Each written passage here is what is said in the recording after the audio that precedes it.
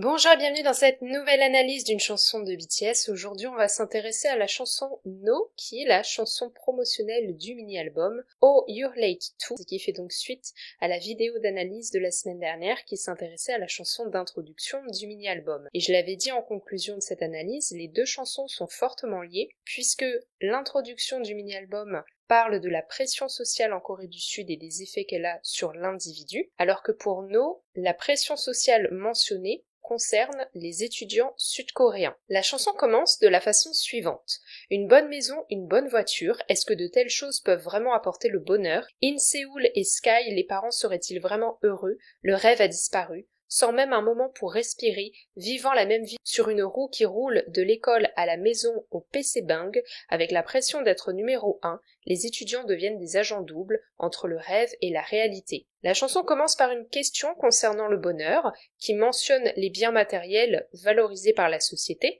On y trouve l'opposition de la matérialité avec la mention de la maison et la voiture, versus l'immatérialité avec la notion de bonheur. En fait, ce que sous-entend cette première question, c'est est-ce que la matérialité est en lien avec un concept immatériel qu'est le bonheur? Puis, on va avoir la mention de In Séoul et Sky. Elles font toutes deux référence à des groupes spécifiques d'universités en Corée. In Séoul est un terme couramment utilisé pour décrire les universités de la ville de Séoul, qui est la capitale. La plupart des bons collèges sont géographiquement concentrés à Séoul, et la possibilité pour les étudiants d'entrer ou non dans les universités de Séoul est un critère majeur pour évaluer leur performance académique et plus encore leur future réussite professionnelle. Quant à Sky, il s'agit de l'abréviation de plusieurs grandes universités basées à Séoul. Il s'agit des 3 meilleures universités de Corée, l'Université nationale de Séoul, l'Université de Corée et l'Université Yonsei. La mention de In Séoul et Sky dans les paroles, elle est ici associée au bonheur des parents et non pas à celui des étudiants. Donc on comprend donc avec ce début de chanson que le bonheur qui est mentionné est celui de la famille qui entoure l'étudiant. Dès le début, on introduit l'idée de pression sociale qui se manifeste plus clairement avec la phrase « vivant la même vie sur une roue qui roule de l'école à la maison au PC Bang ». Le PC Bang étant un cybercafé en Corée du Sud, un endroit où les jeunes peuvent se retrouver pour passer un peu de temps libre. Et parce qu'ils ont notamment accès aux ordinateurs et à Internet. On a ici une description donc de l'emploi du temps d'un étudiant, on voit le caractère répétitif avec la mention de cette roue et la succession des endroits mentionnés vient accentuer l'idée que les étudiants n'ont pas vraiment le temps pour faire une pause, en réponse donc à la phrase précédente qui le dit clairement, sans même un moment pour respirer. On a autre chose également dans ce passage, c'est la mention du rêve. La pression imposée par la famille est à l'origine de la disparition du rêve de l'individu. Cette idée, elle est en lien avec la chanson d'introduction dont j'ai parlé la semaine dernière. À un moment donné, l'individu, à cause de toute cette pression sociale qui l'entoure, abandonne son rêve d'enfant pour se conformer au schéma qu'on attend de lui. On voit ici l'emploi du temps chargé, et surtout l'objectif qui est de devenir l'étudiant numéro 1 des classements scolaires pour entrer dans les universités prestigieuses. On comprend donc pourquoi les étudiants n'ont pas le temps d'avoir un rêve à réaliser. Tout ce premier passage est parcouru par l'opposition entre la matérialité et l'immatérialité. La première phrase nous parle des biens matériels versus la notion de bonheur. Les phrases suivantes nous parlent d'être numéro 1 pour accéder à de grandes universités versus le rêve, qui est lui aussi un concept immatériel. Cette opposition est notamment symbolisée par la phrase « Les étudiants deviennent des agents doubles entre le rêve et la réalité ». En effet, cette phrase exprime l'impossibilité de concilier le matériel et l'immatériel. Qui sont ceux qui font de nous des machines d'études ? Comme ceux qui nous ont classés parmi les numéros 1 et les retardataires et nous ont enfermés dans un piège, sont les adultes, on ne peut s'empêcher d'être facilement d'accord, même si nous pensons simplement, sous la règle de la loi de la jungle, ceux qui nous ont fait marcher sur nos amis pour grimper, qui penses-tu qu'ils sont ? Ce passage démontre l'emprise psychologique des adultes sur les étudiants puisque ceux-ci sont dans un cadre où les adultes font figure d'autorité. Ainsi, les étudiants n'ont pas d'autre choix que de s'y conformer et se retrouvent dans un cas de figure où ils sont obligés d'agir de façon négative, symbolisée par la phrase « ceux qui nous ont fait marcher sur nos amis pour grimper ».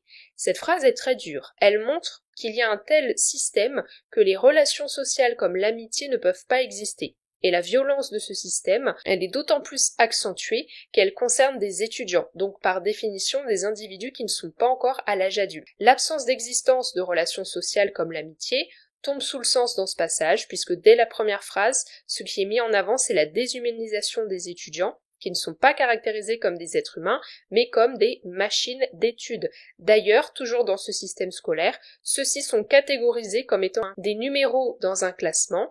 On le voit avec la phrase suivante. Ceux qui nous ont classés parmi les numéros 1 et les retardataires. On a ici la description d'une véritable dictature où l'humain a disparu. Les paroles suivantes sont « Les adultes me disent que la souffrance ne dure que momentanément maintenant, que je devrais la supporter un petit peu plus longtemps, que je devrais faire ce que je veux plus tard. Tout le monde dit no, le mot plus tard ne peut plus rien faire maintenant, ne vis pas ta vie en étant prisonnier du rêve d'un autre, nous marchons, tout le monde dit no. » Ce passage est un appel à la rébellion. Les paroles témoignent de l'atteinte d'une limite. Les adultes utilisent en effet une certaine argumentation pour maintenir les étudiants dans le cadre dans lequel ils sont enfermés, comme le rapportent les phrases « La souffrance ne dure que momentanément, je devrais faire ce que je veux plus tard », mais cette argumentation ne fonctionne plus, symbolisée par la répétition « Tout le monde dit no », qui vient instaurer l'opposition entre les étudiants et les adultes. Ici, on a un jeu de mots avec le terme no, il signifie non en anglais, mais tel qu'il est orthographié dans le titre de la chanson, c'est plutôt l'abréviation de no offense, qui en français peut être traduit par sans vouloir offenser. On a donc un décalage entre le ton poli de cette abréviation et la violence de la négation exprimée contre l'autorité des adultes. Concernant la phrase « nous roulons », le terme qui est utilisé dans les paroles originales en coréen, c'est un terme anglais, to roll. En anglais, il a plusieurs significations, dont marcher. J'ai choisi d'utiliser cette traduction en français pour marquer l'incitation à marcher contre l'ordre établi, ce qui rappelle les marches étudiantes dans les manifestations. Les paroles suivantes sont une bonne maison, une bonne voiture, est-ce que de telles choses peuvent vraiment apporter le bonheur? In Séoul et Sky, les parents seraient-ils vraiment heureux? Je veux vivre avec négligence, je veux déchirer mon uniforme scolaire, fais de l'argent, du bon argent, ma vision est déjà biaisée, mon compte bancaire n'est rempli que de flou, mon malheur a dépensé sa limite maximum, une usine à soupirs d'étudiants, je continue de creuser un trou pour en remplir un autre. On voit ici une reprise de certaines phrases précédemment évoquées. On a une reprise de cette pression par rapport aux universités avec un nouveau détail ajouté, celui de l'argent. La réussite sociale et financière est très importante en Corée du Sud. Les grandes universités sont des objectifs des parents, justement parce que l'ancienne génération pense que ça va permettre de trouver un bon travail. Il y a à nouveau la mention de la déshumanisation des étudiants dans ce système avec une usine à soupirs d'étudiants. Et on remarque que la mention du rêve a disparu, remplacée par celle de l'argent. Voilà pourquoi il y a la phrase « Ma vision est déjà biaisée ». On a troqué les rêves d'enfants contre l'envie de faire de l'argent des adultes. Pour ce qui est de la phrase « Je veux vivre avec négligence », le terme coréen signifie littéralement jouer, se détendre et manger. C'est une expression qui signifie vivre sans rien faire, sans avoir à travailler. Elle vient en opposition à tout le travail qui est fourni par les étudiants dans ce système. Quant à la dernière phrase du passage, je continue de creuser un trou pour en remplir un autre, l'expression coréenne, utilisée dans les paroles originales, elle décrit une tactique visant à rembourser une dette en contractant une autre. Ainsi, on voit que les étudiants sont toujours dans un système qui les défavorise. Les adultes nous disent que nous avons tout trop facilement, nous sommes plus heureux que nous le méritons. Alors qu'est-ce que je suis, moi, qui me sens si misérable? À part les études, nous n'avons aucun sujet de conversation.